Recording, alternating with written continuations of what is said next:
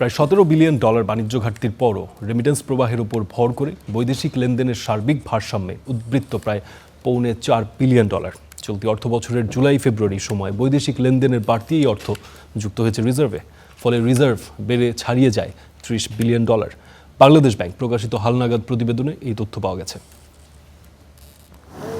রপ্তানি কিংবা রেমিটেন্স আয়, বিদেশি ঋণ ও বিনিয়োগ সহ কয়েকটি খাতের মাধ্যমে দেশের ডলার বা বৈদেশিক মুদ্রা প্রবেশ করে। অন্যদিকে আমদানি ব্যয়, চিকিৎসা, শিক্ষা কিংবা ভ্রমণ সহ বেশ কিছু খাতে দেশ থেকে ডলার বের হয়ে যায়।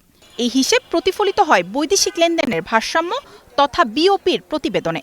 বৃহস্পতিবার জুলাই-ফেব্রুয়ারি এই 8 মাসের হিসাব প্রকাশ করেছে বাংলাদেশ ব্যাংক। এতে দেখা যায় ওই সময়ে দেশের বাণিজ্য ঘাটতির পরিমাণ বছর ব্যবধানে $3 বিলিয়ন বেশি বেড়ে হয়েছে প্রায় $17 বিলিয়ন। কারণ জুলাই-ফেব্রুয়ারির সময়ে $46 বিলিয়ন বেশি আমদানি ব্যয়ের বিপরীতে রপ্তানি আয় ছিল মাত্র $29 বিলিয়ন কিছু বেশি। বিশাল এই বাণিজ্য ঘাটতি পূরণের সহায়তা করছেন প্রবাসীরা। তারা 8 মাসে দেশে রেমিটেন্স পাঠিয়েছিলেন প্রায় $22.5 বিলিয়ন। এর ফলে চলতি হিসেবে লেনদেনের ঘাটতি কমে হয়েছে মাত্র $1 বিলিয়ন, যা গেল অর্থবছরে জুলাই-ফেব্রুয়ারিতে ছিল প্রায় $1.5 বিলিয়ন।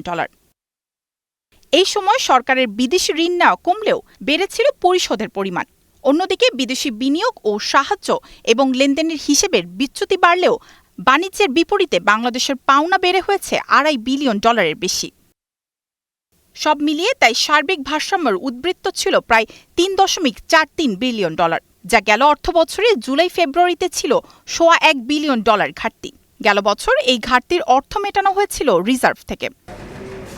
আর চলতি অর্থবছরে উদ্বৃত্ত $3.43 বিলিয়ন যুক্ত হয়েছে রিজার্ভে। ফলে জুলাই-ফেব্রুয়ারির সময়ে BPM-6 পদ্ধতির হিসেবে রিজার্ভ বেড়ে দাঁড়িয়েছে $30.35 বিলিয়ন, যা গেল অর্থবছরে একই সময় ছিল $20.94 billion. Mayashika Rahman, star news.